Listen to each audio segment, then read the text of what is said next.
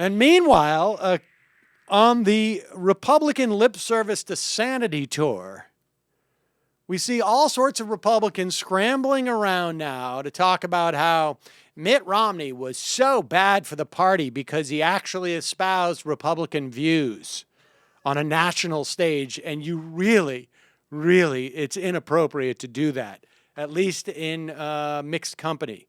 In other words, real human beings mixed with the Republicans. Rubio, interviewed by GQ, being asked the question, Marco Rubio, of course, the guy who thinks that he's going to be the next presidential nominee for the Republicans because he's equally deluded. Not inconceivable that he would be a VP pick, but I think it's going to take more than 4 years for the Republicans, the electoral base, to accept a non-white person. And even more so, I think it's harder for them to accept a non-white male. Like, I think they go all in with a Latina because they might be able to say, well, she's just a woman anyway. She's never going to be in charge of anything. Right?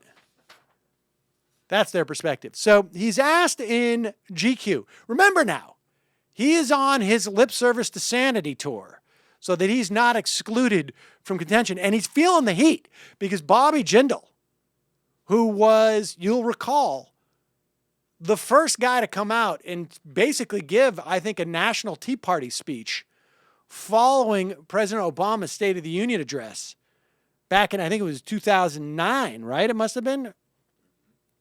Was the first guy to give like what I would perceive a national Tea Party address. Bobby Jindal's out there going like, we can't be this crazy in public.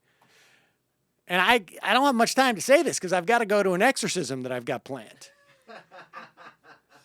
So Rubio is now seeing that he's got to come out and sound sane. So he's asked the question, how old do you think the Earth is? And now I'm going to quote from Marco Rubio. I'm not a scientist, man. I can tell you what recorded history says. I can tell you what the Bible says. But I think that's a dispute amongst theologians. And I think it has nothing to do with the gross domestic product or economic growth of the United States. Let's just parse this sentence because it's insane and also nonsensical.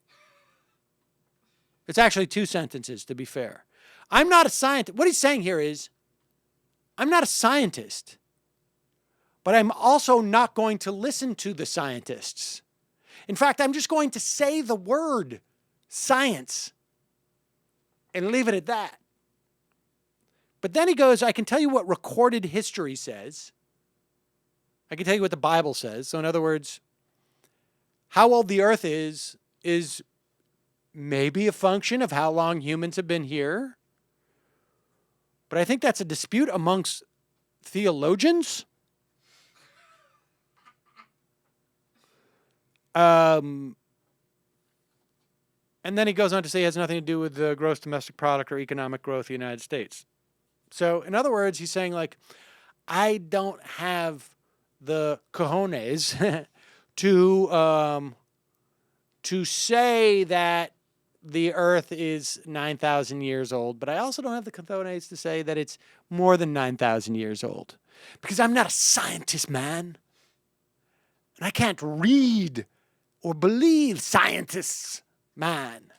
Unless he's saying, I'm not a scientist, man, in which case he has a real problem with syntax. And then he goes on to say, again, I'm not a scientist. I don't think I'm qualified to answer a question like that. Apparently he's not also qualified to read what scientists say. Or even just search Google. Yes, apparently, according to Matt, Google, they don't even link. Their first thing is not even a link to a scientist saying that. They present it in the same way they would present, like, if you were to write in, how old is the Earth? Or what day is Christmas? Well, they just put it up there. They don't link you to some authority that's going to give you the date of Christmas. It's just up there because it seems to be not in dispute with most sane people. At the end of the day, I think there are multiple theories out there on how the universe was created, not the question. And I think this is a country where people should have the opportunity to teach them all.